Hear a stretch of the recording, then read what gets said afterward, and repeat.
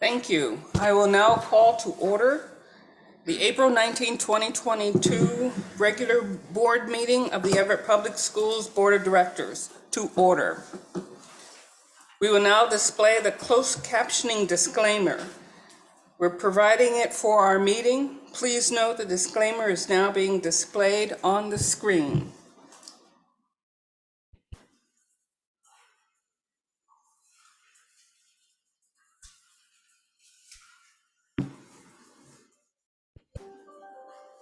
Thank you very much, Mr. Garrett.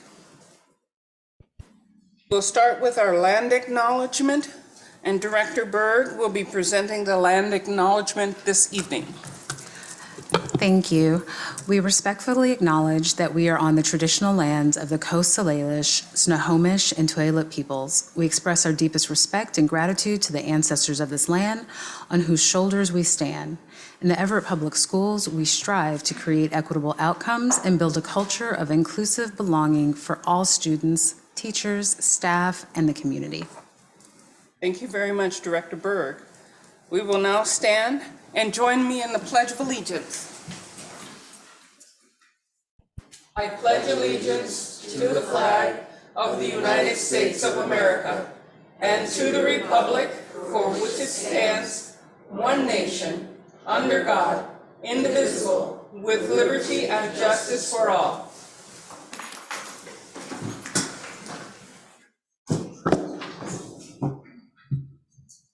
Will the secretary please call the roll?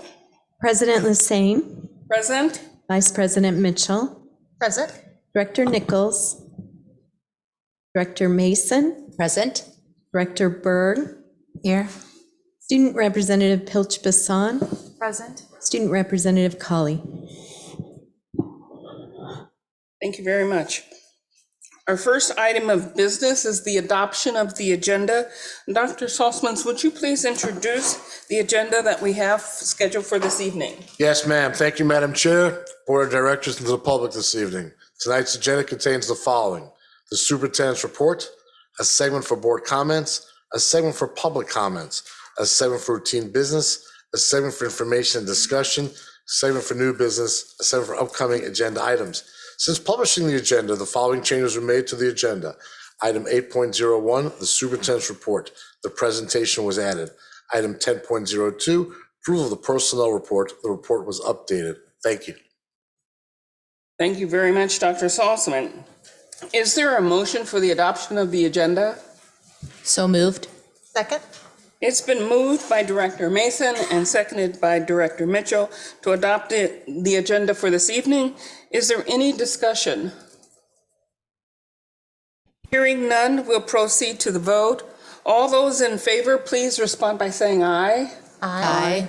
Those opposed, say no. The motion carries. The agenda for this evening is adopted. We'll now proceed to the first item, which is recognition, my favorite item. And I see we have recognition, we have communications up and ready. Yep. Thank you so much. Okay, so yes, we have a recognition tonight. Allison Greenberg, the STEM specialist at Woodside Elementary School, is being recognized for being awarded with the highest national award for science and mathematics teachers and mentors, the Presidential Award for Excellence in Mathematics and Science Teaching. I'd like to welcome Allison up to the podium, please, and also introduce Dr. Betty Cobbs on Zoom, the principal at Woodside, to say a few words.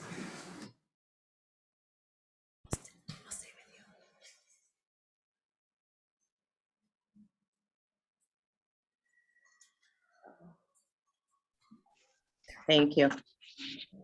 First of all, I'd like to say good evening, and just to say that it's so good to see the beautiful sunshine come out. It's a pleasure to speak to you about Allison Greenberg, and I need you to know that I've known Allison for her entire teaching career in Everett Public Schools. You see, I hired her to bring her strong science background to the students at Hawthorne Elementary School 17 years ago. It has been an honor knowing and working with Ms. Greenberg as a 5th grade teacher at Hawthorne and as an elementary science engineer facilitator for our elementary schools. and now as the STEM specialist at Woodside Elementary. In her varied roles with Everett Public Schools, Ms. Greenberg has nurtured the curiosity and natural ability of students to build, explore, and discover.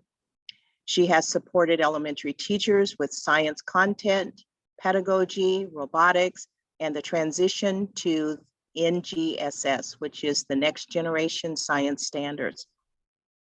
In addition, she is an adjunct professor at Seattle University, teaching multiple evening courses for teacher candidates and for those teachers pursuing their national board certification.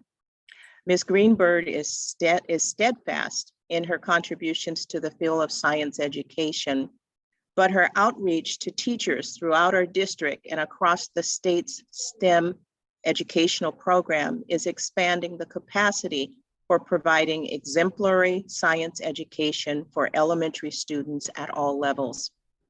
Allison Greenberg was among 117 individuals and organizations honored with the highest U.S. award for science and mathematics, the Presidential Award for Excellence in Mathematics and Science Teaching.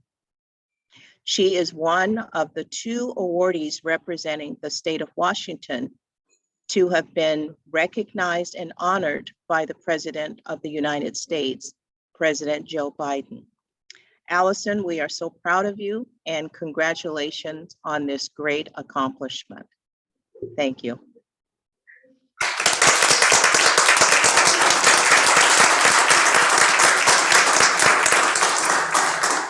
I believe we have a certificate. Yes, we And I'm gonna take a do. picture.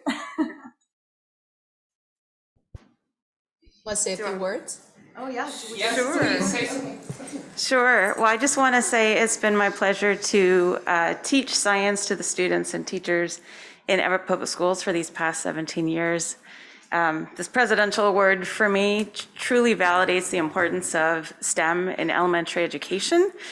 And we're learning from the leaders in our STEM industries that they're looking for students that are coming with those STEM-ready skills of 21st century skills that we're trying to build within our programs.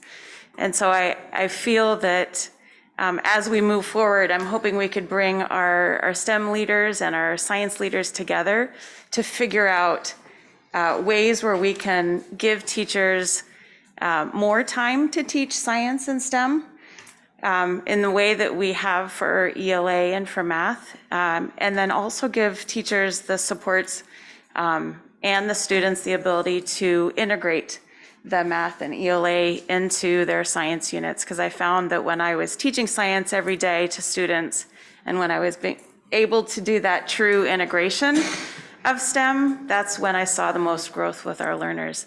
So I look forward to continuing on this journey with Everett, and I hope that I can help be an advocate and a support as you continue to move forward and build STEM in our district. Thank you so much for this true recognition, and I continue to enjoy being a partner with all of you, and so thank you very much for your advocacy as well for STEM.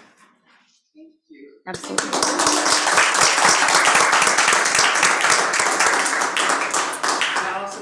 We have a certificate of recognition for being honored with the Presidential Award for Excellence in Mathematics and Science Teaching.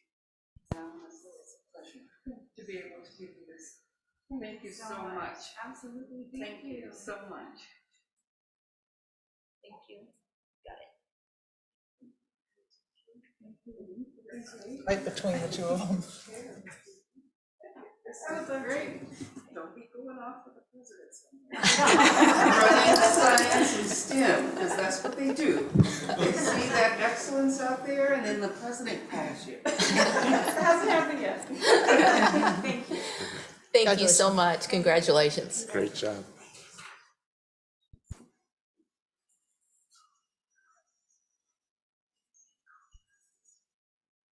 We'll now move to the next item, which is the Superintendents Report. Thank you, Madam Chair, Board of Directors, and the public this evening. First of all, Ms. Greenberg, congratulations again. I've seen her in action. She is outstanding. First of all, I'd like to congratulate the robotics district champion team, Jack in the Bot from Jackson High School, as they are headed to Houston for the World Robotics Championship. So hopefully everybody can root them on and from Everett to Houston, Texas. We're so proud of this team and the great work that they've accomplished. And hopefully you got to read one of the articles that was about them recently, and super work by that great team. I want to share with the board and the public this evening that I've had breakfast talks with the student leaders of Cascade and Jackson. Next up will be the Everett High School. And I will tell you, talking to the students, they mentioned something to me that I hope can resonate with our community tonight, is the word joy. Joy. Just glad to be back. I heard about the Tola dance, and I heard about the activities that are taking place and the anticipation of commencement that is going to be at our arena that hasn't been in a while. And just to hear the word joy was very heartfelt. So it's just good to hear the students' perspective and to see that slowly we're getting back to, I don't know if I'm going to use the word normalcy or just getting back to continuation of schooling and the great work. So thank you for that. During spring break fell Assistant Principals Week. So I hope that we get to take time to recognize our outstanding assistant principals because it fell on the holiday, and they are doing an amazing job. And never easy to be an assistant principal because you do everything from bus duty to just everything. So to our assistant principals, thank you, and thank you. This week is dedicated to our amazing public school volunteers. They have been greatly missed the past few years, and it's a pure joy having them back in schools and classrooms.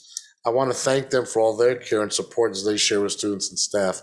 You can't do this without our volunteers. And then finally, I don't know if you are familiar with the Arlington Skills Trade Day. Students from Cascade, Everett, Jackson, and Sequoia High School recently went to Arlington to learn about post-high school trade career options. And I know that was a great journey and a great lesson. So I just want the public to know what Arlington Skills Trade Day is. And again, I wish everybody happy holidays. And as we enter spring, it's just beautiful to see sunshine outside right now and flowers blooming. So be safe and be well. Thank you. Thank you, Dr. Salzman. We'll now move to item section 8.0, which is board comments. And the purpose of board comments is to share what directors and representatives have encountered through their work in the district, in schools, and in the community as it pertains to board work. Comments should be kept brief and should not share personal information, but it is to highlight the things that we are doing in our community in support of student success. So I'd like to start at the end if I can. Do you mind there, Student Rep Tara Patan? Absolutely, yeah. I don't have much to talk about today, just echoing that congratulations to the Jackson robotics team. I've been hearing a lot about that at school. I definitely remember the last time they went to Worlds when my brothers were on the team and they were ecstatic. So I'm not as close with anyone who's on the team right now, but it's cool to kind of see that happen again because my brothers were super excited when they got to go. And yeah, just everything Dr. Salzman said about the Tolo dance and the ASB planning these activities for final few weeks of school and looking forward to commencement. I think it's interesting, like I haven't gotten this far in a school year, and I think a lot of students feel this way. We haven't gotten this far in a school year of waking up at 7 every day for this long in a couple of years. So it's kind of gratifying to feel like we've made it this far at least. So. Tara, did you just get accepted to a college? I did. I actually, yeah, I was. Okay, I committed. I did. I committed to George Washington University.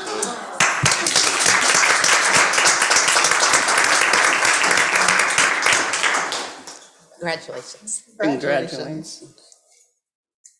Is it my turn? Director Okay. Berg, please. Yes, well, thank you, Madam President. I would just like to echo a little bit with what Dr. Salzman said about the normality and the joy that we're hearing in our schools. So that Tolo dance he mentioned, one of my girls is able to attend.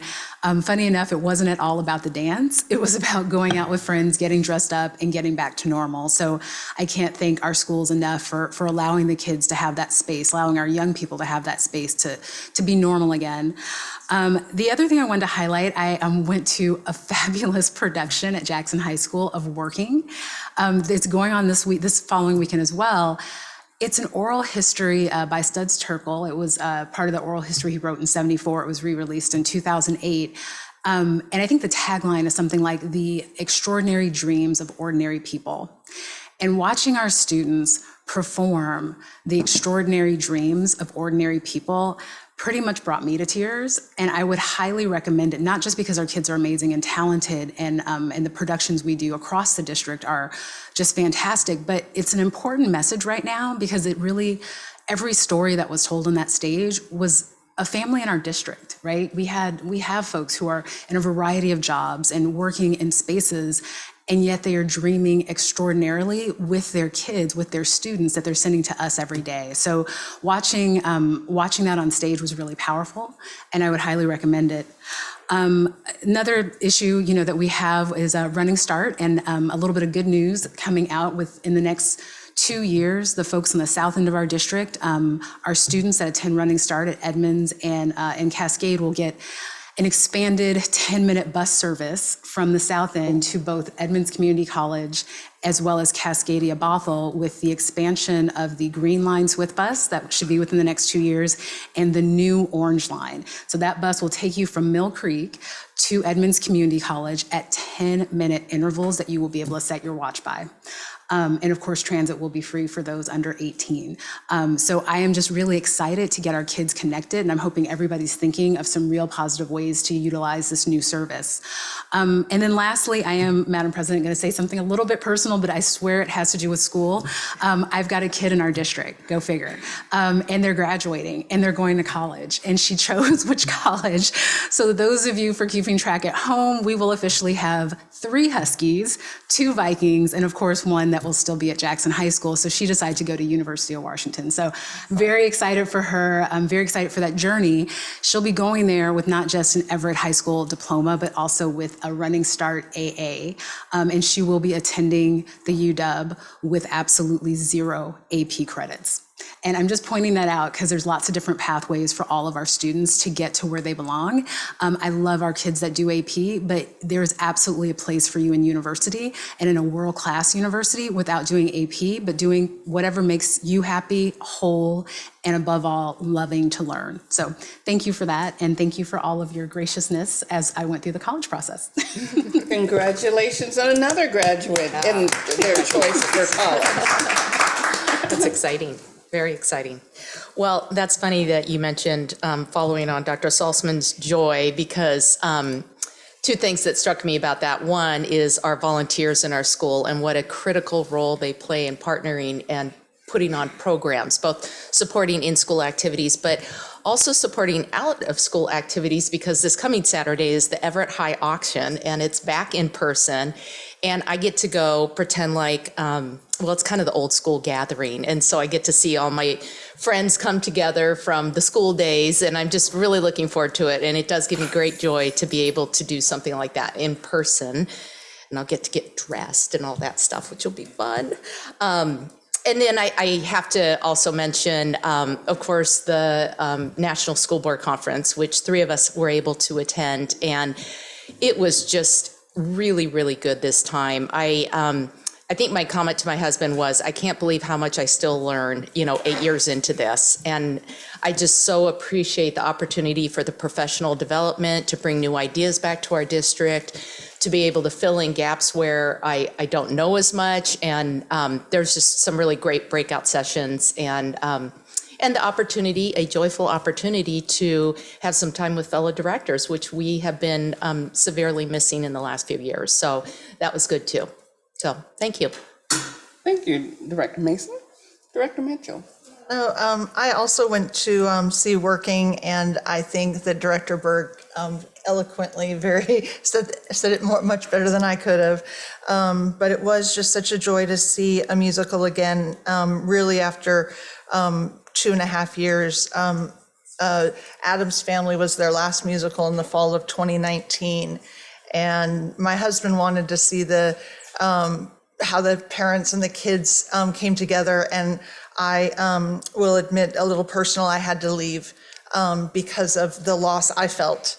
And talking to some friends, that it was such a joy to see my friends' kids up there performing. And it's a mixed mind right now of those of us that lost out in 2020, and that we get to stand up there and watch the kids graduate. And I saw a young man, and I asked the kids what year they were, and he was taking tickets. He said, "I'm a senior." "You get to go to Everett, the stadium, like to the arena. You get to walk just like it was 2019. And he goes, "Yeah." And I'm like, that, I mean, it is so great for the kids today. And so I struggle with not taking away, because they earned it. Like you said, you get to be in school for an entire year, and you haven't experienced that since 2019, I guess, 2019. So, I mean, it is just joy, and the sun is shining, and it's wonderful. But anyway, working is going on for one more weekend. Thank you, Director Mitchell. I would like to first start off by saying congratulations to Ms. Greenberg for her recognition of the Presidential Award for Excellence in Math and Science Teaching. And I know I made a pun there. Please don't leave us, because usually, you know, when you get something, an award like this from the president, you know, as the president calls and he needs something, it's always, you will abide by it. But it's not just the president, it's the governor too. He sees outstanding teachers and outstanding individuals in our school district, and he may want to have that person who received that award in Olympia helping all of our students here in the state of Washington. And I'm just hoping that she stays here in Everett and doesn't end up helping all the students in the state of Washington. That wouldn't be a bad thing, but it's a great thing she's here. Her work at Woodside has been exemplary, and it shows her real passion for real world relevance of science education for our kids. And that's what's really, really important. I also had the opportunity to attend the National School Board Association Conference beginning during spring break. And I think it's a great opportunity for the board directors to gain professional development. We don't all come with a background in education.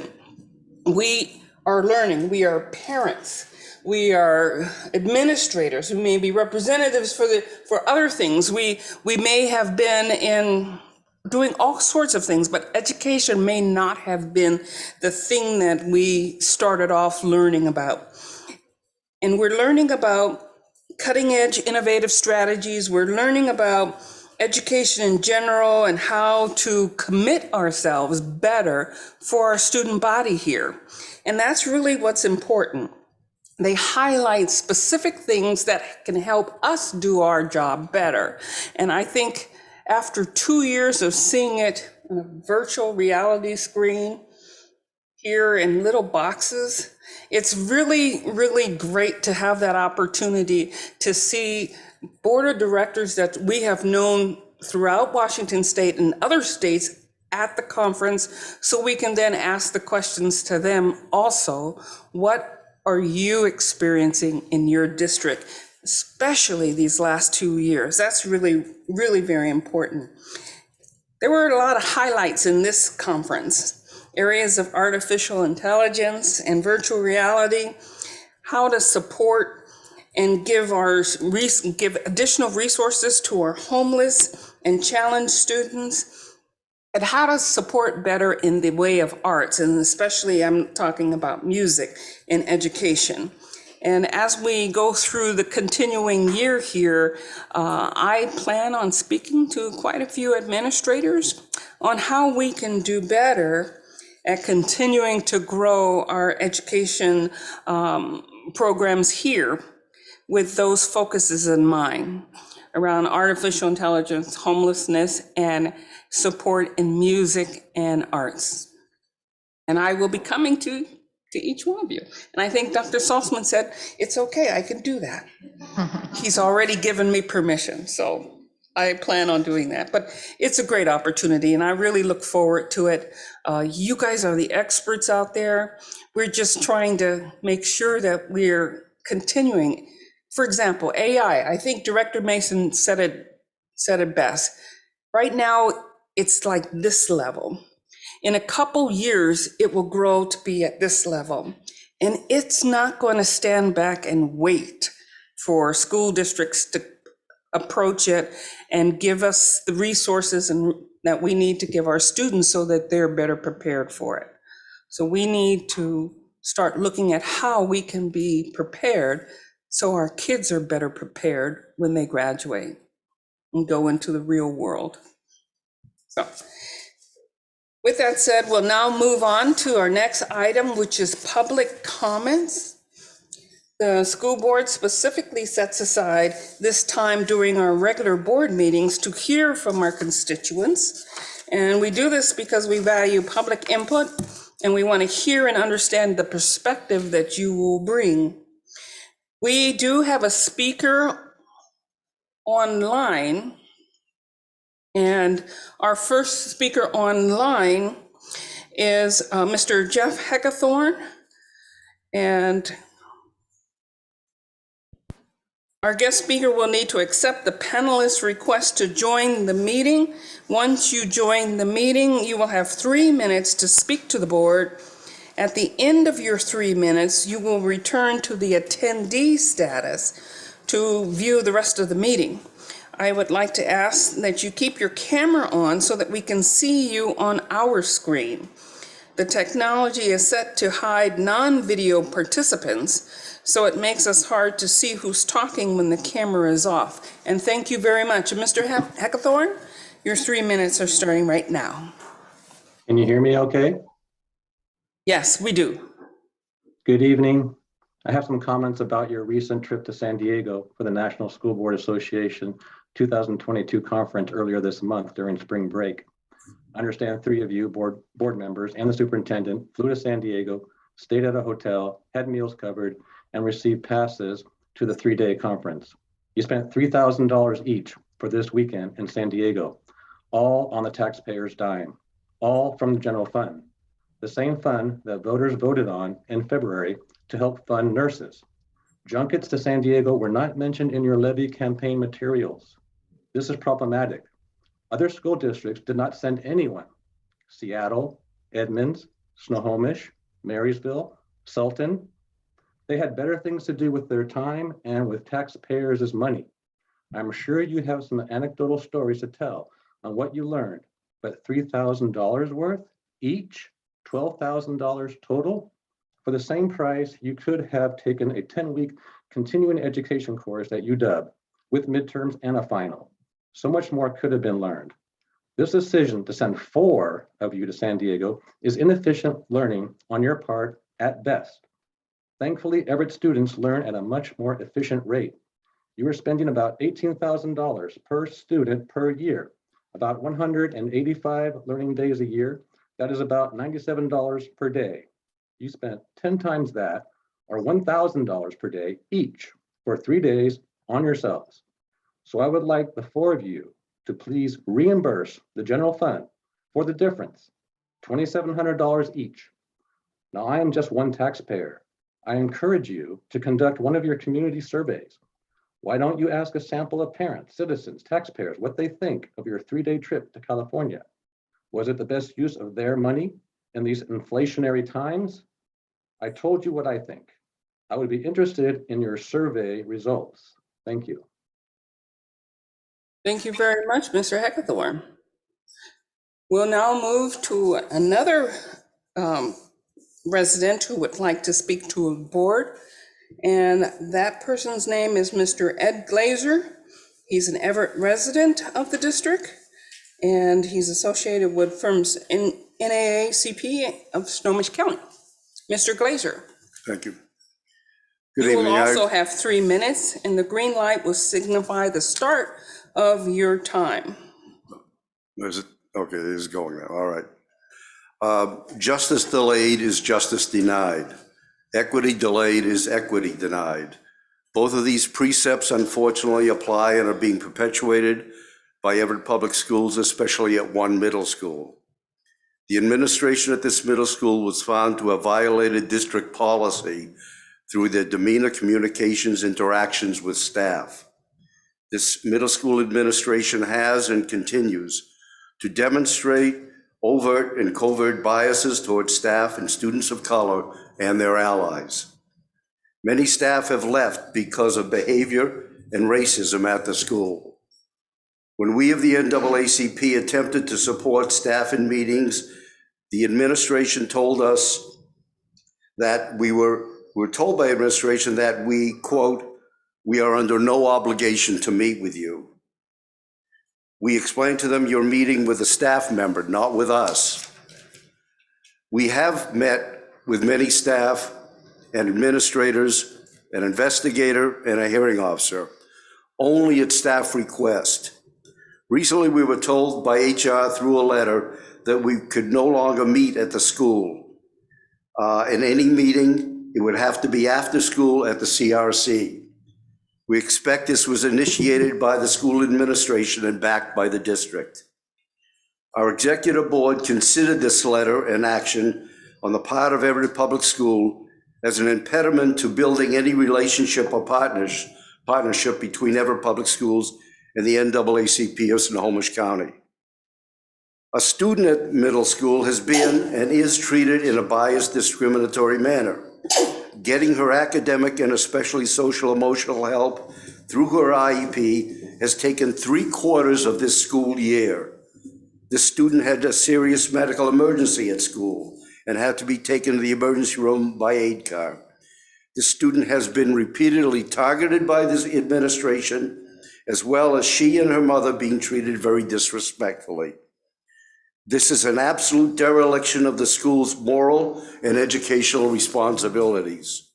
From our perspective, this school, through its administration, is hostile, discriminatory, biased, racist to its students, staff, and parents of color and their allies.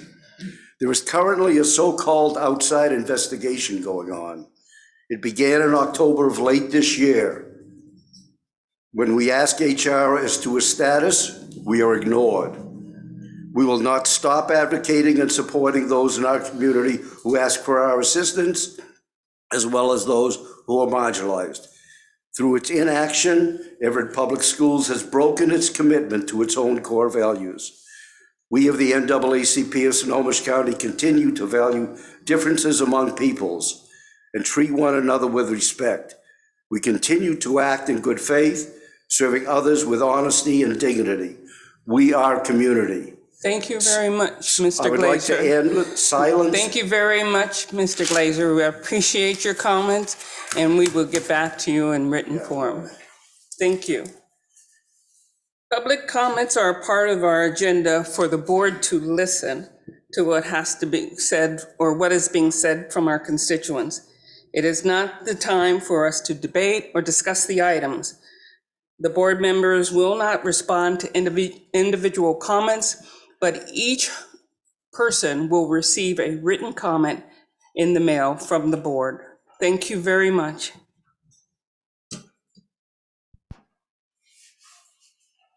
We will now move to item 10.0, which is our consent agenda.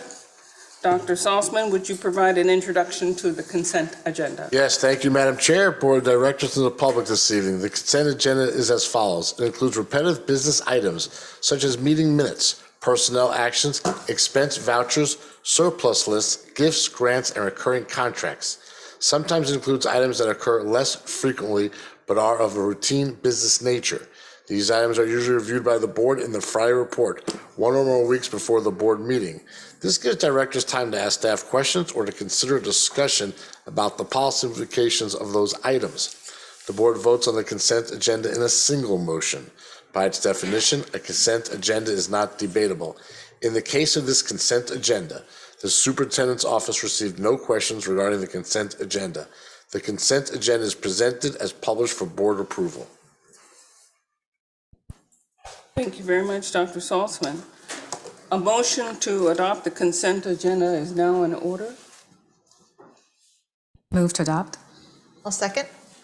It's been moved by Director Berg and seconded by Director Mitchell to approve the consent agenda. Does any director wish to remove an item from the consent agenda and place it in the new business section of the agenda? Hearing no requests, we'll now proceed to the vote. All those in favor, please respond by saying aye. Aye. All those opposed by saying no. The motion carries. The consent agenda is adopted and approved. We'll now move to section 11.0, which is now our strategic progress monitoring.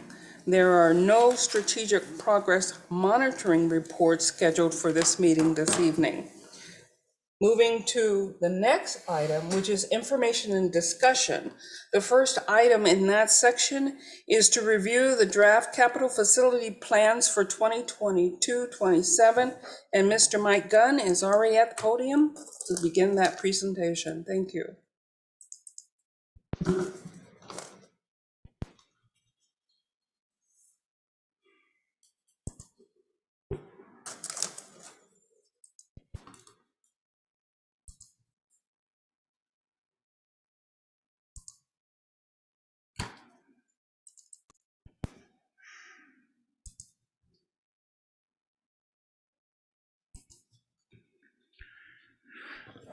Good evening.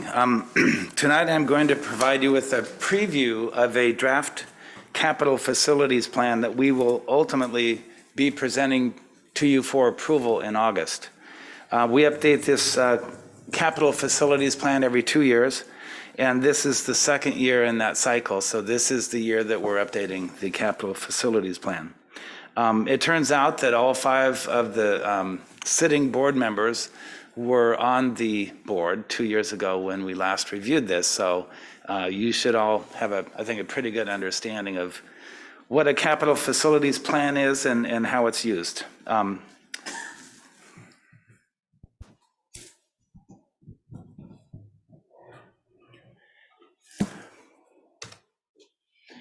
So I'm going to cover 3 points of the overview and objective for tonight.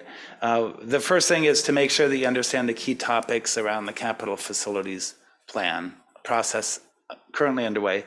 The second item is that you'll have information about this particular capital facilities plan update before it is published on Snohomish County's website in May.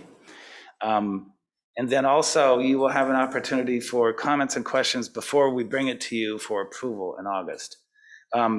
This year, for the first time, the county is going to be publishing a draft copy of our capital facilities plan on their website. So we'll turn it in to them by the end of the month, this month, and then they will be putting it on their website for public comment after that. So we wanted to make sure that you saw it before it went up on the county's website for public comment. Excuse me, but this yes. is something new. Is there a reason why they're doing this now? I think it's just them modifying their process. There's no particular reason, and it doesn't have anything to do with Everett School District. They're applying this new process to all the school districts in the county. Awesome. Yeah. Thank you. Mm-hmm. So just real briefly, I'll cover what a capital facilities plan is. It is a document that collects a lot of information that we use to plan for meeting the enrollment over time with our facilities. The Washington State Growth Management Act requires cities and counties to prepare capital facilities plans and comprehensive plans for their counties and cities. The county in turn requires that school districts in the county prepare capital facilities plan for school facilities. And again, this process is done every 2 years. One of the outcomes of this process is that it establishes school impact and mitigation fees for new housing units in the cities of Everett and Mill Creek, as well as Snohomish County. So a capital facilities plan, I said, it contains a lot of information that we use to provide facilities needed to meet the growth. So those components are the student enrollment forecasts, an inventory of our capital facilities or our schools, forecasts of the needs for new schools and the sites that we may need. Also a 6-year plan that shows the facilities needed along with the financing for that. And then also we have to look out through the year 2044 and come up with a list of facilities needed to handle the anticipated growth out through 2044. So it's really a long-range plan. The year 2044 is the furthest year out that the state provides population forecasts. And they do modify that every 5 or 10 years. They add another segment of time onto that. So we're not required to provide a financing plan for the facilities out through 2044, but just a list of the facilities. The financing component is for the 6-year timeframe. Then we also include in this document updated student generation rate calculations that predict how many students come from different types of housing units. And then, as I mentioned, updated school impact fee calculations. These impact fees will go into effect January 1 of this coming year, assuming that it continues through the process the board adopts and the county adopts. So this is a reminder of about a month and a half ago, we did a presentation to you on enrollment. I mentioned to you in that presentation that for capital facilities plans, we use the medium range projection produced by our consultant, Les Kendrick. And you can see from this chart here that medium range projection shows a slight growth over the next 10-year timeframe. So this is the updated student generation rate calculations, updated from 2 years ago. We do see changes, slight changes usually over time. And I'll say compared to 2 years ago, the single family rate has gone down just a little bit, as well as the multifamily rate has gone down. The multifamily rate for 2 or more bedrooms. The way that I think about this chart is that if you look on the far right-hand side, for every single family housing unit, every 1,000 housing units, it generates 45.8 students. So basically, out of every 1,000 single family homes, if you look on the upper far right-hand side of that chart there, it says 40.458. So for every 1,000 units that are built, it generates about 46 students across all the grade levels. 46, yes. So you can see that when you get into the multifamily 2+ bedroom rates, then the number of students generated goes down, and then it's actually broken out by elementary, middle, and high school levels as well. Sorry to correct your math. I think it's 100 makes 45. Half a student? Yes, you're right. You're right. Half a student. Thank you. Yeah. I had to use a calculator. You're right. That's why I asked 45. That's what I did. I did the tens, hundreds. Yeah, it was just a, Yes. yeah. Thank like you. a point. We had our STEM educator here, but yes, we can all do math. I have some help in the back of the room too, in case I need it, Ben. Thanks for that. Okay, so this is the schedule that shows what's going to happen between now and January 1. And you can see we're on April 19th. April 29th is when the draft plan is due into Snohomish County. They will, as I mentioned, publish it on their website. There is a technical review committee at Snohomish County that reviews the all of the submittals. They give us their feedback, input, suggestions for changes, and then we make those changes and bring a final draft back to them by June 30. Then we do a review of the plan through a public review through a SEPA process. You will be asked to adopt the plan late in August at a regular board meeting. And then it's turned over to Snohomish County. It goes through their planning commission, their county council adoption process, and then also the city of Everett adopts the capital facilities plan. City of Mill Creek does not adopt, and it's a little complicated, but the city of Mill Creek is still on a SEPA-based mitigation fee ordinance. Snohomish County and City of Everett are under a GMA-based impact fee ordinance. And if you're interested, I could go into the details there. They're very similar. Mitigation impact fees are very similar, but there are some differences. But this capital facilities plan is used to set the fees for all three jurisdictions, for Mill Creek, City of Everett, and Snohomish County. So the list of facilities that are needed for the next 6 years they're essentially the projects that were listed in the 2022 capital levy. And so you can see that the projects that are in the levy are up there, and we break them down on this in this plan to those projects that add capacity and those that do not, because the projects that add capacity are the only projects that are used in the calculation of the impact fees. So while we need to show all the projects on there, it's just the top 3 that will be used for the impact fee calculations. Variables that are used in calculating the impact fees, again, enrollment and capacity projections, the new schools or new classrooms needed for new students. One of the implications here is that in order to be eligible for impact fees, you have to show that you're growing over 6 years and that you have unhoused students. So you have to be showing that you're going to have more students over time, over that 6 years, and that you can't accommodate them in permanent facilities. If you're not able to show, to meet those criteria, you're not eligible for impact fees. Development in that region where those schools are going in?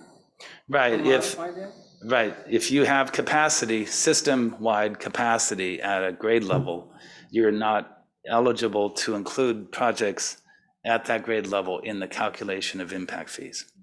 You can still build the facilities, you just won't collect impact fees through this process. Builders can build homes and not pay impact fees for the kids that are going to schools because we can't collect them because of a certain grade? Right, Or that is correct.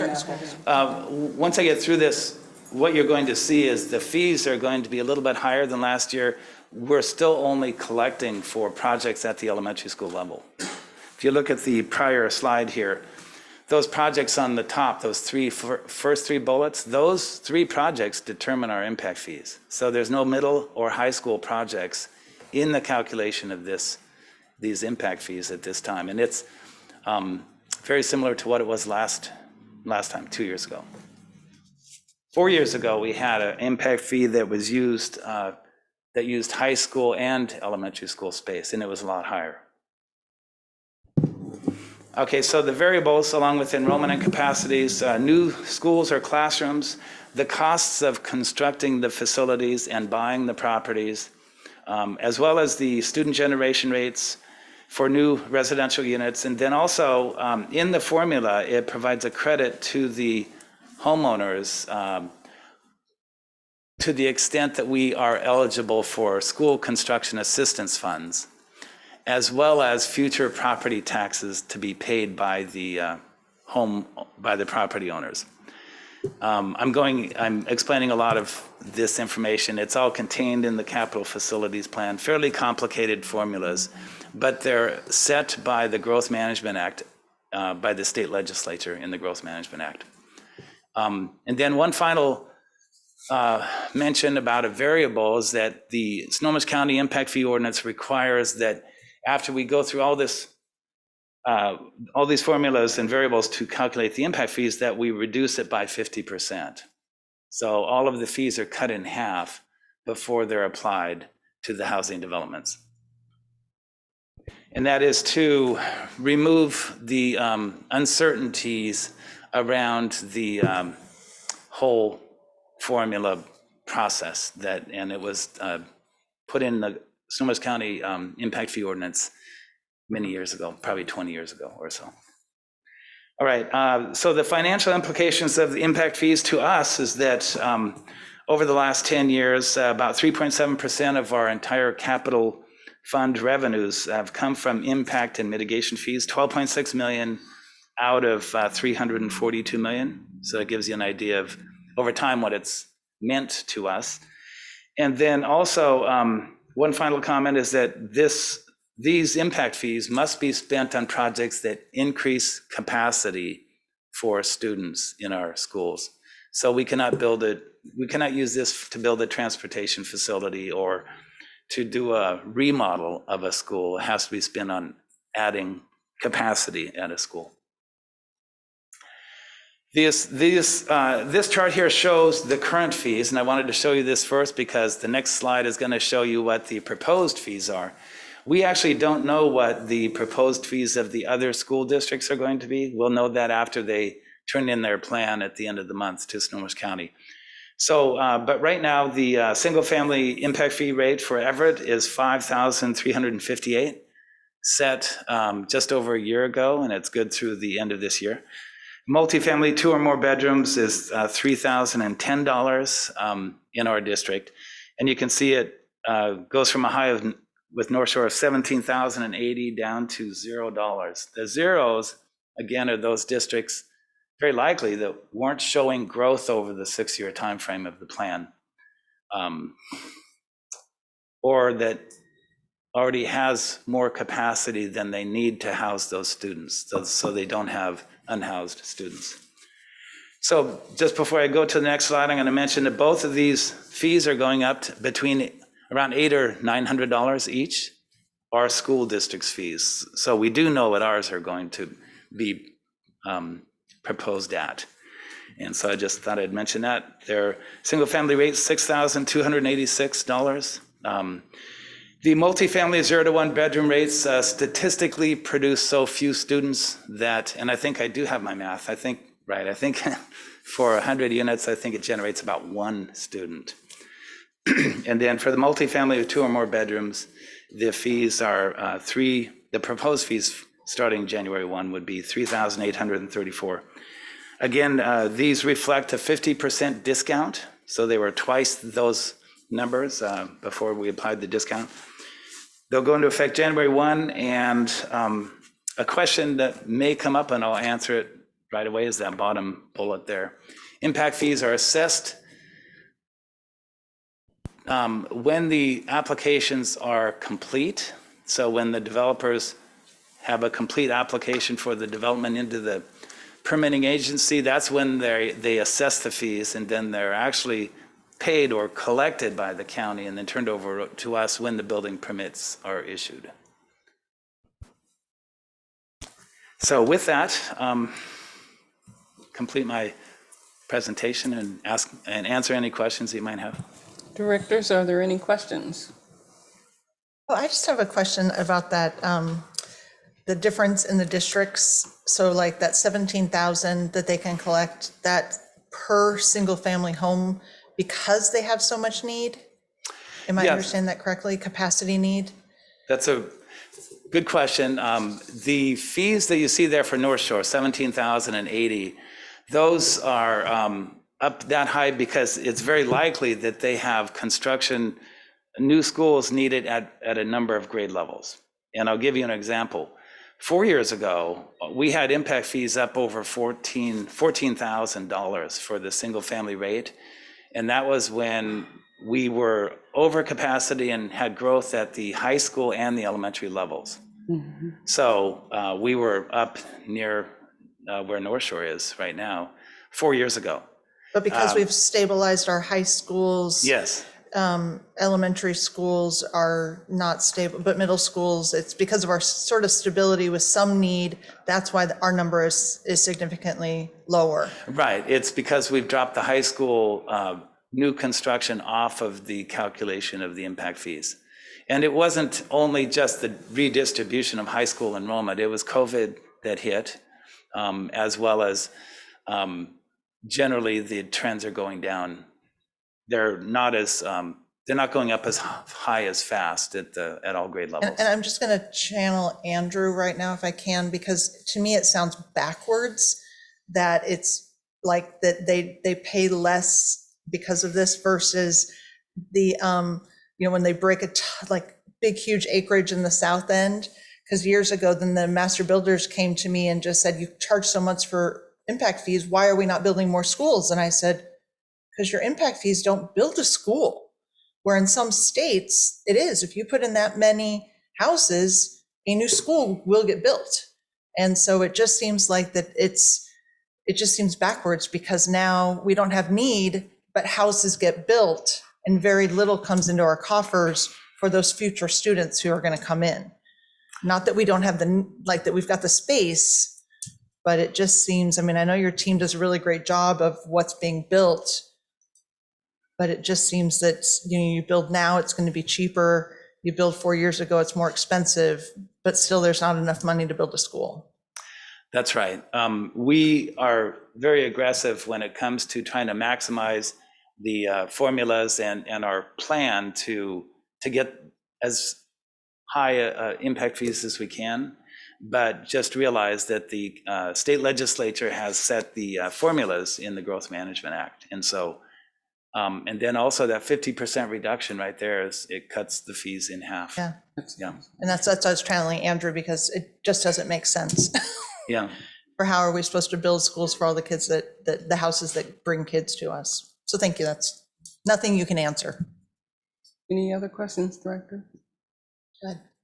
So I just, a couple things, and thank you for the presentation, because I love talking about impact fees, because it's so complicated, and it's the one thing the public says, like Director Mitchell mentioned, you're getting this money, how come you're not building a school? So I think that the student generation rates, and I probably speak for a lot of people, are antiquated, right? There's a lot of assumptions baked into who lives where and why. And like, for instance, with the 0 to 1 bedroom, that nobody with a 1 bedroom would have a child.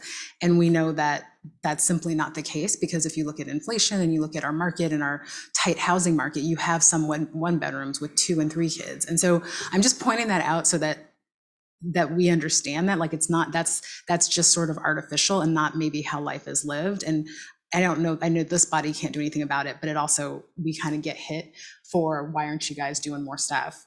But the actual question / request I had is, can we present as a district to our cities? Because I think our cities, and now Everett doesn't have the expert they have on their council, I don't think they understand it. And not like a one-on-one meeting with them. I'm talking about like a presentation. And the reason I'm asking for that is because the city of Mill Creek, when I first moved there, my first city council meeting, from the dais, one of the counselors said, and we'll stand by those words, that the way you get your kid into Jackson is to go write the school district $1,000 check. And he said it, it was a very loud of people, no one argued. I'm in the audience, jaw dropped. But I realized that people don't necessarily understand how it works, right? So for Mill Creek, we see the farm went in, all those, and parents, everybody's asking us the same thing. Why don't you build a new school? You can see it. You can see thousands of new families coming. And what the city says is, I don't know, that district over there, they're doing something. And so if we could maybe present this to the city, so everybody just owns their role, because it's super complicated. But I think a lot of our city councilors, and even our county councilors, aren't really explaining the role that the district has. And since our plan is going to be made public for the first time, as electeds, we're going to all start getting calls about why are you guys only setting it there? How come North Shore gets this? If you could go present to the cities, they could actually maybe help amplify the message that you just told us. So that's just a request, if that's possible. Thank you. Any other questions? I do have one question for you, Mr. Gunn. Okay. Now, getting back to page number 8, where you say projects adding capacity, new classrooms at Jackson Elementary 10, Madison Elementary 4, and then you say projects not adding capacity, Jackson Elementary and Madison replacement. Now, my question is, even after we do the replacements, we're going to still have portables at both of those schools in the way of 10 portables at Jackson and 4 portables at Madison? Or is this for the current need now and not for when the project or the replacement takes place? Let me try this for a response. The first bullet up there merely indicates that when we do this replacement at the 2 schools, that's the number of classrooms they're going to end up with more than what they have now. Jackson will end up with 10 more classrooms than it has today. Madison with 4 more. Jackson, I believe, only has like maybe 3 portables right now. So that likely will not need portables when we're done. Madison, I am not sure how many they have. It may be 4, 3 or 4. The reason that Jackson and Madison are included in that 4th bullet under projects not adding capacity is that the portion of the project where we're just replacing what they have today, that is not adding additional classrooms. It is somewhat of an artificial way of looking at it. We presented it this way because that's how the calculation, the formulas work in the capital facilities plan. I see now. Thank you very much for the explanation. I appreciate it. Thank you. Are there any other questions? Great presentation, thank you. Thank you. Next presentation, strategic. I'll be right back. Well, if you have to be right back, let's take a 5-minute break at this particular time so that we'll have just 5 minutes and then we'll go on to the next, because the capital plan is finished, right? Now you'll be moving on to the board annual goals, is that correct? Yes. Well, let's take a 5-minute break at this particular time and then we'll come back and go right into board annual goals. All right. Thank you, sir. Very strict 5 minutes. Strict 5 minutes. I want to get home to.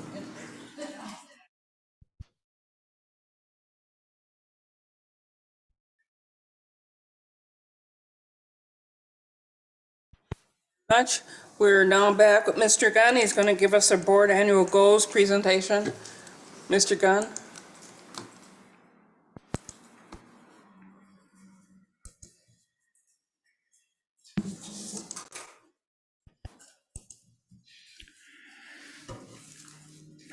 Good evening.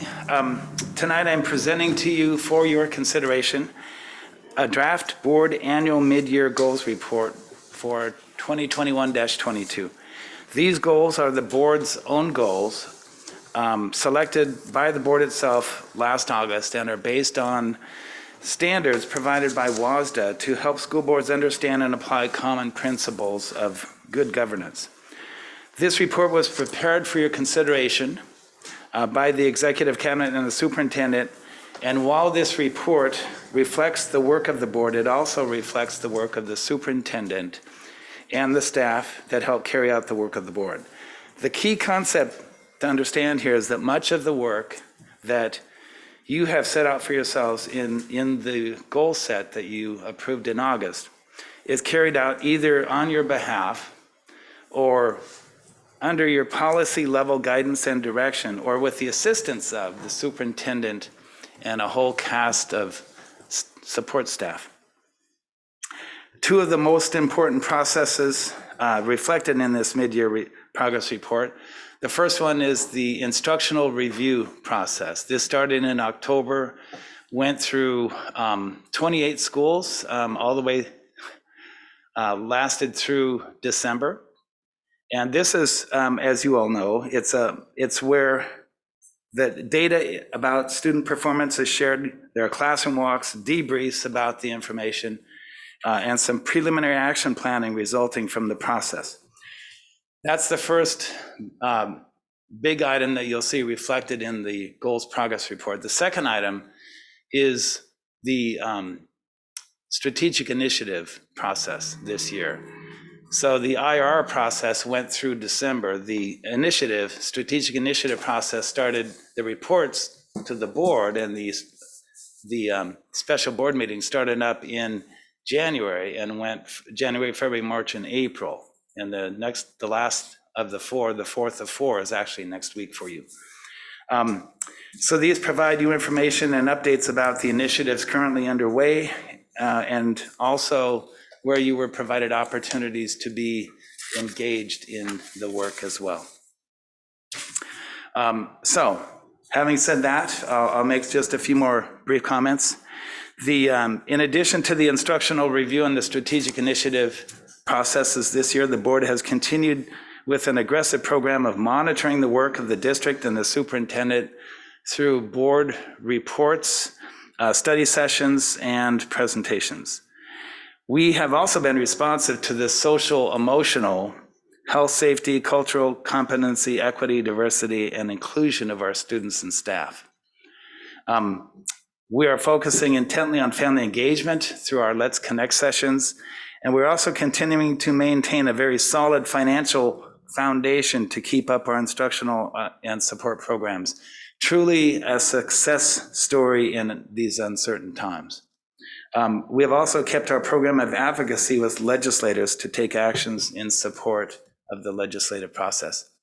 So I've basically just kind of covered all of this without going through each item in particular.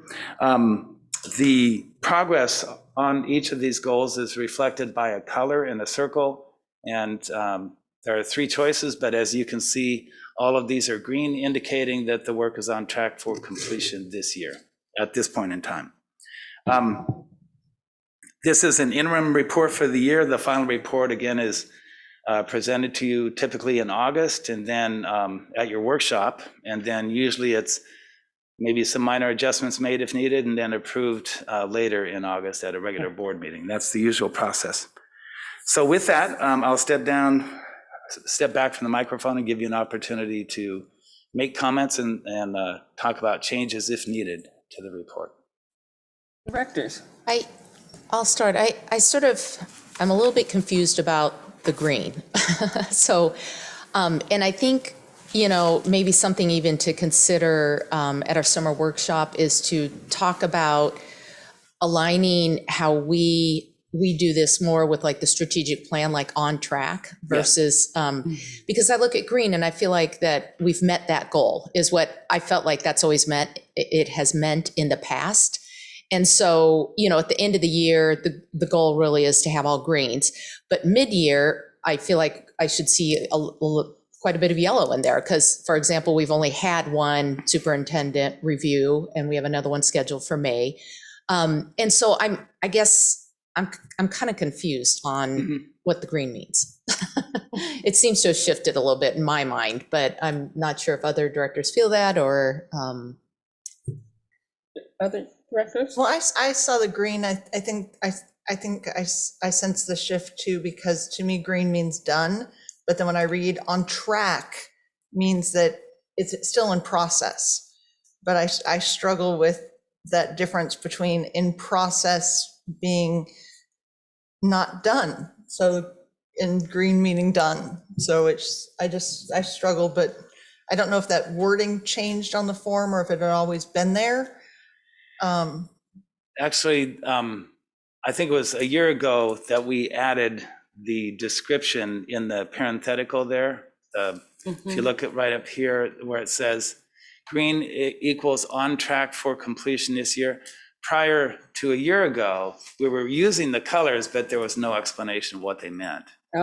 Maybe it meant that it left it up to your own interpretation. Yeah, because green on track for completion this year, yellow some progress, but more is needed, to me sounds exactly on track and more is needed, versus yellow might mean, more support is needed or something. So it just seems a little bit squishy. Yeah, the descriptions to me between green and yellow seem somewhat similar. It's like we've made some progress, but there's still more to come, I guess. No. Yeah, no, I would agree with my colleagues. I think especially as I look at the on page 2 where you have the social emotional learning supports and you have the monitor student learning improvement.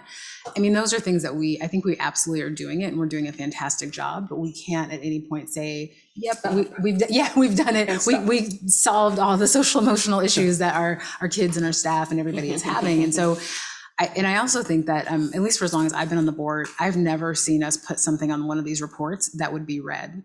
I just think we have, which I think is a good thing, right? We know each other as, colleagues and as what we want to do as a board. We know the staff and capacity and planning, and it's a tight ship. And so I think we have the ability to say, yeah, we would put red if we're doing it wrong, but I think we just should be honest and just say, yellow's really on track. We're getting there. We're doing some good stuff. And frankly, red is probably not even I just don't even see us putting something on there that we wouldn't complete in a year. And I know I've seen past, before I even came on the board, Everett was very much like, we're going to be perfect. So there wouldn't be something on there that would lend itself to imperfection, which I'm not sure how healthy that is, but that just tends to be the way the district goes. So, but that said, I would love to see more yellow, just especially for our community, because when they go home with their kiddo at the kitchen table, they know their kid's on track to do better and be good by the time we get to June, reading, math, et cetera. They're not going to look at the green and think that we're being really honest with ourselves. So yeah, but I think everything that's in there is good. Like, we are on track, we're getting there, it's going to happen, but we're not a perfect district. And that's right, kids haven't graduated yet, so the whole social, emotional, everything, we don't know our numbers for were we successful this year. And I believe we've done good work. So again, I don't think anything should be in the red. Maybe I wasn't even looking at that carefully, but what should be in the green. But I think it's okay for us to be in the yellow, because kids are still in the yellow. Kids are still moving forward towards graduation. Some kids are looking at how are they going to do August graduation. And I think it's okay if we've got some yellow on here. Yeah, I think some of the areas that I struggled with specifically on green, so, monitoring improvement in equitable outcomes, and then monitoring,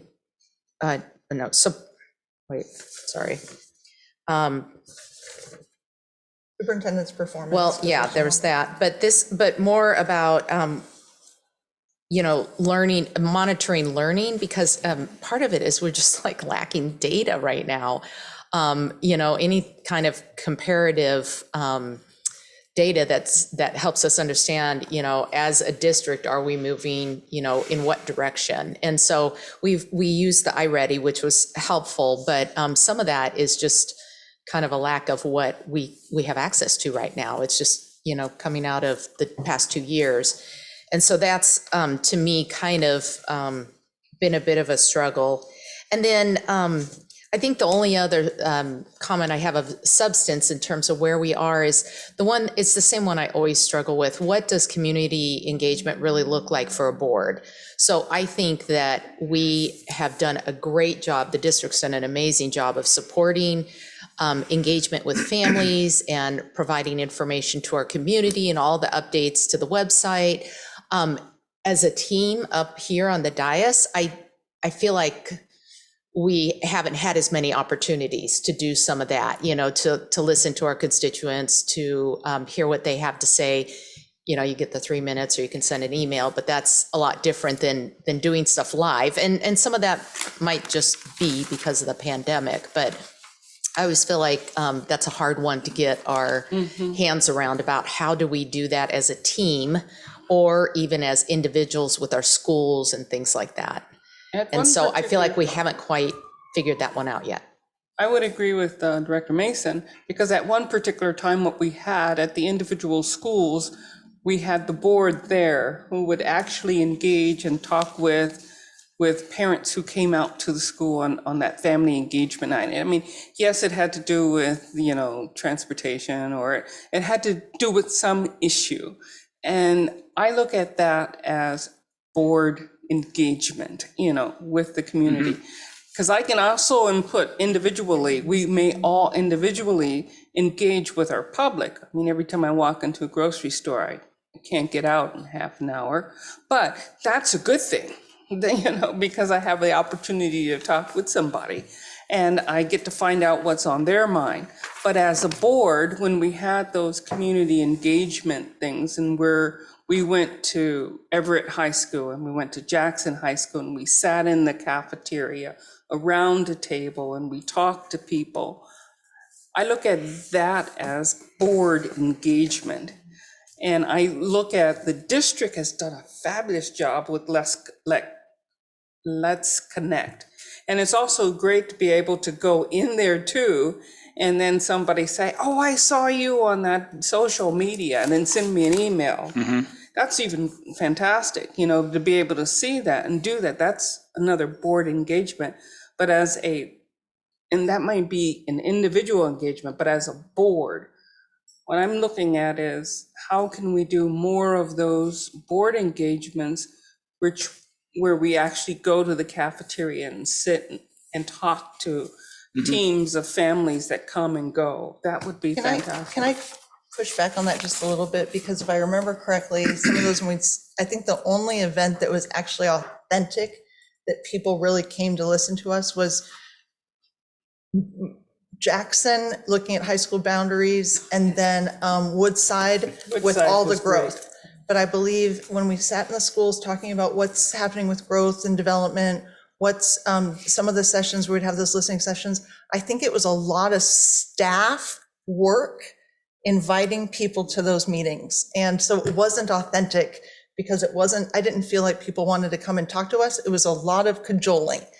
And, but I think when we support Let's Connect, when we are at our schools, I mean, it might not be something that is solid, it might be squishy, but when I'm at Jackson at the theater and I go up to Mr. Marshall and he says, "I'm so glad you're here," he sees the board supportive theater.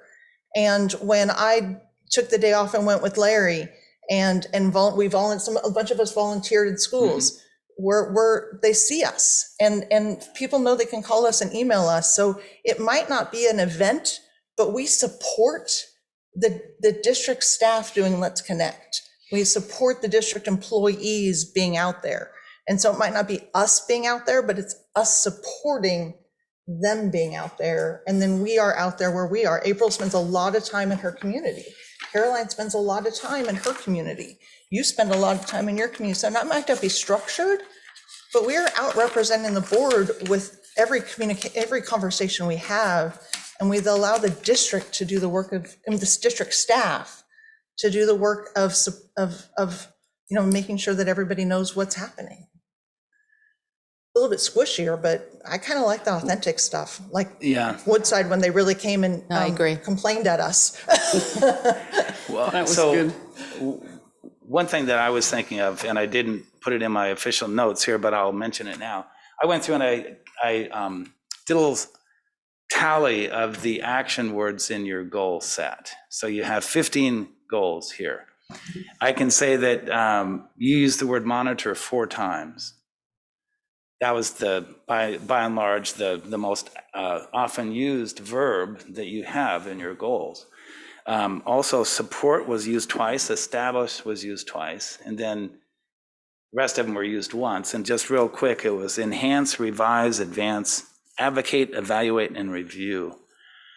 So I think that what I'm hearing is some opportunity for this August at the work session to talk about next year's goal sets and what kind of action words do you want to use there. And because I think authentic engagement is really what we're looking for in the current goal set here. And I took a few minutes at the beginning of this presentation to really emphasize that your work is accomplished in large part through the superintendent and staff. And that's exactly what you were talking about. But I did hear very strongly a desire to redo the scale, the color, what the colors mean, and that the idea that if something is not yet done, it should have a yellow. And that's okay. Yeah, and that's okay. Yes, absolutely perfect. right. That's And perfectly fine. because the green does, on the current report, does indicate it's on track for completion this year. That's different than it is done. It is done, yeah. But if you don't read that little what's in the parens, then You you're think kind it's done. like, why are they showing up still? Yeah, so we'll change that. And we'll bring it, My daughter did. and we can talk in August also about August, how yeah. we'll use the color scale in next year's mid-year report. I like that. I like that thought. That sounds good. That sounds great. Board members, okay with you? Yeah, I think you heard what we are comfortable having changing to yellow. I think so. Thank you. Thank you very You're much, welcome. Mr. Gunn. Appreciate this. Thank you. Thank you. We'll now move to the next item on our agenda, which is section 13.0, which is unfinished business. And there is no unfinished business scheduled to come before the meeting. We'll move to item 14.0, which is a very large topic. Advanced placement calculus and advanced placement statistics, curriculum adoption, first reading. And I don't see Dr. Bolton there, so I will move on. No. Oh, great. Not at all, not at all. Just point of order, Dr. Bolton and a few others are in North Carolina for the Cambridge training. So we have, Miss the Spears. team is up right now. Yeah. Thank you, team. So go right ahead and please provide the presentation, Ms. Spears. Thank you. Thank you so much for having us here tonight. Kathy Trosvig, our secondary math facilitator, and I'm Callie Spear, Director of Secondary Instruction. And we are very excited to share with you our advanced placement calculus and advanced placement statistics curriculum adoptions. So the purpose of our curriculum adoption in relation to our strategic priorities is to increase equitable access to resources to support student learning. Within our strategic plan, we made direct connections to identifying and removing barriers to authentic learning and high expectations for diverse learners. So that's that C1A within the strategic plan. And then also C1B to establish district-wide expectations for instructional time, master schedules, and course offerings. When we're looking at our student priority outcomes, we connected to ensuring students are prepared to succeed in college and career, acknowledging that advanced placement is a pathway for some students, not all students, and students who take advanced placement might very well be college bound, or they might take a different pathway. So again, this is to prepare students for college and career, depending on what way they go after high school. I am going to take you through the adoption process that the AP Calculus team and the AP Statistics team used. And then we'll get into the actual recommended resources. So we used policy 2311 and then procedure 2311P, specifically going through all the appendices within both of the adoption committees. We started with a needs assessment. So the last AP Statistics and AP Calculus adoptions were in 2013. The College Board updated frameworks for AP Statistics in 2019 and then for AP Calculus in 2020. And this means that our current curricular materials don't align to the actual new frameworks provided by the College Board. So we want to make sure that we have curricular materials that actually lend themselves to those learning outcomes that the College Board necessitates. So within the adoption process, we had two different committees. Kathy was on both committees. She led them. So we had our AP statistic teachers from all of our comprehensive high schools on that statistics committee. And then we had our AP calculus teachers from all of our comprehensive high schools on the AP calculus committee. So everyone who teaches this class currently was involved in the committee this year, which was exciting for us to have representation across the district. As we launched through this process, we looked specifically at equity and access as part of the appendices. So how are students represented within the curricular materials? What do they look like? What are those access points for our diverse learners? What are our ML differentiation strategies? What are our differentiation strategies for students receiving special services? We looked at those best practices for math. So not only did we look at the College Board frameworks, but we looked at the Common Core state standards in math. We also looked at math practices. So what are those math practices that are going to leverage or intensify some discourse in those classes where typically teachers are directing the learning? We really wanted students to have some voice in that. As I mentioned, we look at those Common Core state standards and the AP frameworks. We looked at college credit and pathway considerations, acknowledging again that AP is a pathway for some students and what they need to do before and then after. So looking at kind of those connections to see if students take this course, what are they preparing for? And what do we need to make sure that they know to be successful? And then I also mentioned this previously, but both committees were really interested in learning more about their instructional teacher moves. So what am I doing as a teacher to improve student discourse or to improve students actually talking math, using math vocabulary, engaging in discussions? I'll talk about field testing really quickly. Our AP statistics teachers and our AP calculus teachers had the opportunity to field test the materials through February 7th through March 11th. Through that process, we were able to get that teacher feedback and, really importantly, student feedback. So how did students experience that curriculum? Because we know that student voice is incredibly important within this whole process. We also, as part of the 2311P process, asked for community and staff input as well. We partnered with communications to push out this information across all the social media channels. And so we did an online open house, which is, I think we've been seeing with the previous adoptions, a little bit more accessible for people to access online. I'm going to turn this over to Kathy to talk about the recommended materials. So for AP Calculus, they selected a book from BFW Publishing called Calculus for the AP course. They selected it because of the print and digital curriculum that they had. It was aligned with the new framework, and it had a lot of the standards for math practice that they were hoping to see in the material. Overall, there's a lot of reasons. I'm not going to read all of them, I'm just going to highlight a few. Calculus really liked that there was real world scenarios at the beginning of each chapter, and at the end there was a project that built on that, so that through the chapter that kids would be working on something that was more real life access. Teachers really liked that there was tiered homework so they could differentiate what they gave to the students based on their needs. In the feedback that we got from students and teachers, students really said that they appreciated that the homework solutions were really detailed and laid out and they could follow what was going on, that it could support their understanding. Those who were interested in taking the AP exam said it felt it would prepare them for it. And it was the highest ranking response for the statement, "These materials help me understand and connect more with the math I learned." So of the books they looked at, this book they ranked the highest for that. Teachers really like the depth of learning from conceptual to more procedural fluency. So it wasn't just all procedural. In the AP course, the instructional materials, there was lots of formative assessments that kids could look at. They called out common errors and misconceptions, which is a great way to self-reflect on your learning.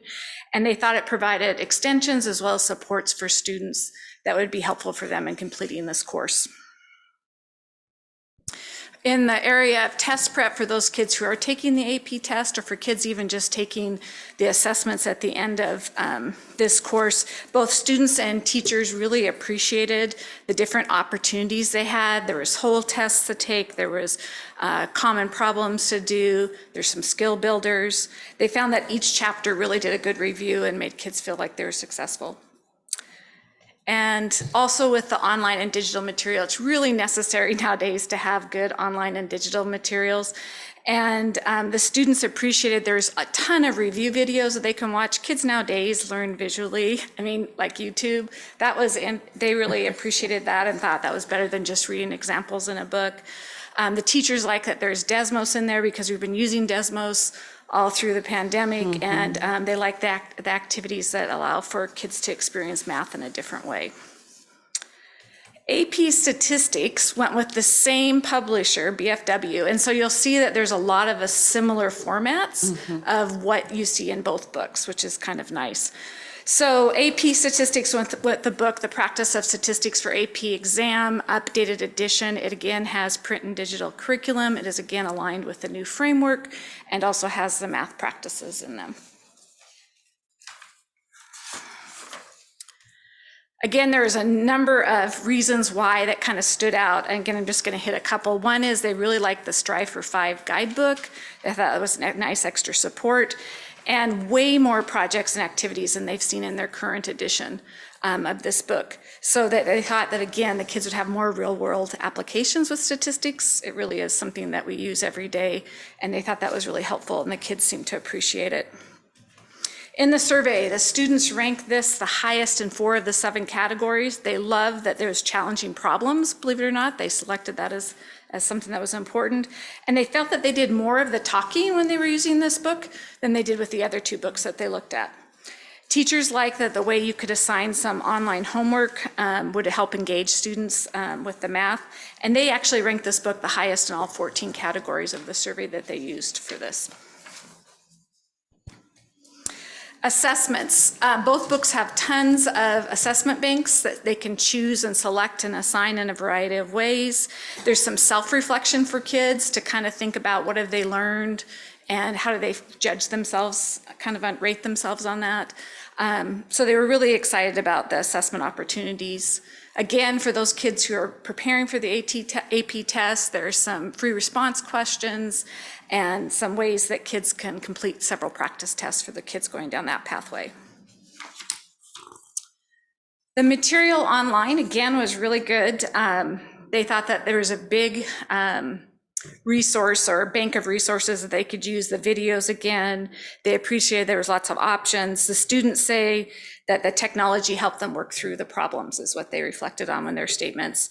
The teachers, we had like a first year AP stats teacher who was just teaching, and she felt like this book was amazing to give her not only PD content or PD on the content, but actually on some instruction, like how she should go about teaching it. Found it really helpful. And then we had some really experienced teachers, and they also found that they thought the videos were really helpful and could help them do a better job of instructing with AP statistics. So I'll let Callie go back and talk about implementation. Okay, so as part of 2311P, we also look at implementation support and develop a plan for moving forward. So the first step is always that initial use training. So publisher-led, this is how you access the resources, and really more in-depth training, especially on those online materials, as Kathy was kind of talking about there, just the general, how do you do this? And then also planning for Unit 1. So how are we starting out the year strong with these curricular resources?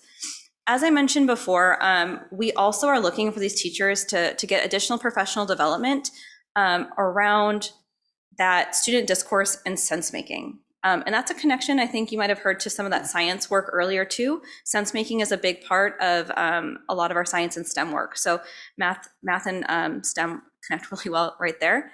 We also are looking for blended learning opportunities. We know we're experts at Zoom now, so we can do some learning on Zoom, but as well as in person, because we know that in person personal touch is so important as well. And now that we have that opportunity, it's so nice to be back together. And I really want to highlight the what you see up there is modified OEL, and that just means that we are going to be working with teachers in classrooms on their teaching practice, planning together, seeing it together, co-teaching together, and then reflecting together. And so that is something that we're bringing into this adoption implementation process as well.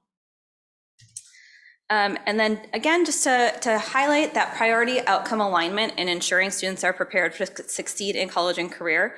When Kathy and I were reviewing, we were kind of talking about what jobs require statistics, what jobs require calculus. And there are quite a few things that are popping up, like Director Mitchell, your job, absolutely. And we also, I said AP calculus teacher, that requires you to be good at AP calculus, but also data scientists, engineers. So a lot of those fields that we're looking at for our choice programs are so integrated with this knowledge. And so again, AP is a pathway for some students, not all students. It's not a barrier. It doesn't need to be to go to college. But for those that choose to do this, again, we want to ensure that they are ready to be successful in college or career or whatever they choose. Kathy and I are happy to answer any questions that you have regarding our recommendations for AP Calculus and AP Statistics. Thank you very much. And directors, are there questions? Go ahead. Go ahead, Director Mason. First of all, thank you both for a great presentation. I really always appreciate the thoroughness of these adoptions, and hope our public understands the depth that the district goes to prior to bringing something forward. So first of all, I want to say statistics is good for everyone. Yeah. There are so many facts out now on the internet that interpreting and understanding is for everyone. So I encourage anyone to take a statistics course. One thing that I would like to see going forward, and this is probably more for superintendent and some members of his team, is the cost of our implementations. I think at one point we had talked about that. You have it, right? Yep. What had been budgeted and what we are now spending. Mm-hmm. And then kind of a broader picture is we've seen that very complicated spreadsheet of all our adoptions, in year one and this and stuff. And sometimes context around where this fits into that, like, was this the year that it was supposed to happen, or did we have to move it up because the framework changed, things like that. That little bit of context would be really helpful, I think, going forward. Very true, very Yeah. true. You have it, right? I do. So we budgeted 90,000 and we came in right under 90. Excellent. Yep. Thank you. Yep. And then just lastly, I want to know, did you get people attending the open house? Because I can't figure out who's going to comment on calculus adoptions, because it was a long time ago since I took it, and I wouldn't be able to say anything. So unfortunately, we did not have any community feedback on these adoptions, and we kind of surmised those Yeah, for that it's same important to reason. offer the opportunity. Yeah. So we did offer that opportunity, but again, we really focused on that student voice as kind of the And I direction appreciate that. that. Yeah, thank you. Yeah. And the fact that the district is publishing this also lets our community know that we are adopting new curriculum and keeping it fresh for our students. So thank you. Other questions? Just a quick, just a thank you. And I don't hate AP as much as it seems like I do from up here. So I do appreciate what you're doing.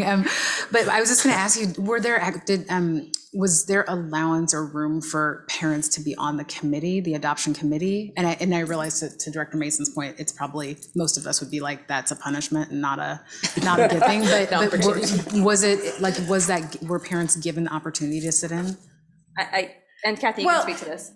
Like in high school math, we had like 10 to 12 community members, made a lot of sense. It became really difficult when we get to AP Calculus to find members who felt like they could participate and actually add to the conversation. Yeah. And so we didn't really go as actively seeking out as we did with our general algebra, geometry, and algebra 2 adoption, to be honest. We just couldn't find people that were like, oh yeah, I want to be on that. Oh yeah, I would have, it'd be like a bill coming in the mail. Yeah, that's true. Yeah. Next time. Well, thank you. Yeah. I want to say thank you to the pandemic sort of ruined my daughter's plans of getting, because math isn't her strength, of taking AP stats where she got a 4.0, but then the test she bombed because it was in 2020 one question that was worth all those points. And you had to, so I know you guys don't control the test, but I do believe that having that option, because now she does have to take an extra math class, which is just burning her up because math isn't her strength. But it is just sort of that nice opportunity. But she could take general calculus and then AP stats. And so for those kids that are exceptional at math, they can take both. And so giving them their option, they get their math requirement, don't have to take AP, can get into college. And so it's great. But you mentioned my question. 3 stats books looked at, is that because, that's what I heard, but I didn't hear how many calculus books were looked at. And then is that because there's just so limited choices in the subject? Yes, so when they talked about what was important about student discourse, getting more kids involved, being less teacher directed, surprisingly or not surprisingly, it throws out a lot of books. Because they're very college written and they just don't engage with kids. So we narrowed it down and got to 3 books that we actually tried in the classroom with stats. With calculus, it was even harder. And we narrowed it down to 2 books that we thought would provide some change of instruction, because in their minds as teachers, they knew they wanted to change after experience what illustrative math is doing in the earlier grades. They didn't think that was fair to the kids to set them up to a more college-like class where it's just deliver. But right now, currently, those resources are hard to find. So we just narrowed it down to 2 for calculus that they tried. Then when you talk about diversity and inclusion, is that because you mentioned images, like there's images of birds on both covers, but that was my question. Like that. But like word questions, word problems, that it's not all Mary, Bob, June, it is names that will be in their classroom, names of their families, or if there are images of people, it is diverse images. Is that what you're looking for, is word problems and images that might have names and pictures? Yes, and trying to find mathematicians that aren't your typical mathematicians that we've all seen for years. More women, more people of color. We were looking for that specifically in these books so that people could see themselves as either statisticians or people who do calculus. Oh, okay, thank you for that. Student rep, you have a question, I see you. I had a couple of questions. So I'm actually taking AP statistics right now. So I remember when we did the field testing for this, it was kind of in the back of my mind. I was like, I wonder when that's going to trickle back up to the school board. So I'm like, oh my gosh, that was me in that classroom. I was just curious, you said something really quickly, I just want to clarify. The statistics book that we're adopting, is it the updated version of the current book that we have? Right? Okay, that's good. Because that's all I remember from when we did the 3 of them, is that the one that everyone liked way more was the one that was the updated version of the one we currently had. So I just wanted to make sure that that was that one, and it was like matching what was in my memory. Student voice. Does it still have birds on it? Yeah. Yes, it does. Honestly, my teacher does it in such a way where you're not like opening the textbook every day and looking through it. She just kind of incorporates the textbook materials into her lessons. So it's like she brings the book into her structure, which I also really like. So yeah, I thought that was really great. I also took AP Calculus last year and the year before, even though I don't like math that much. I don't really know why I did that. And I think that more things like projects, and like the one thing I saw on the slide was like the common misconceptions that I was really excited about, the detailed explanations in the homework, because I remember going to check homework answers and it was just like, here's the number answer, and I'm like, well, I got a different number, but who knows why. So that one looked really great as well. And statistics, I know it was really great because we did it in class, so thank you. And the next adoption must not include birds. No, birds are fine. It's peace before you open up AP Calculus. Thank you very much. I appreciate your work, and if you need some, I don't mind. Next time. Okay. I have a couple calculus books in my library. Thank you. So does this get moved to just second reading? Is that, okay, Yeah. thank you. Yes, this will be moved to second reading, yes. General consent? Very well, thank you very much. If I could just get Kathy and Callie, thank you again for making math fun. Yes, indeed, yes, indeed. I don't mind birds, you know, I really don't. Okay, this will be moved to second reading. We'll now move on to the next item, which is upcoming agenda. Dr. Saltzman. Thank you, Madam Chair. The April 26th special meeting, the board agenda will contain the following: Strategic Progress Monitoring Session 4, interactive panel demonstration, something to look forward to. You'll truly enjoy that. So I'm looking forward to seeing you all. Play with the panels. Have that. It's exciting.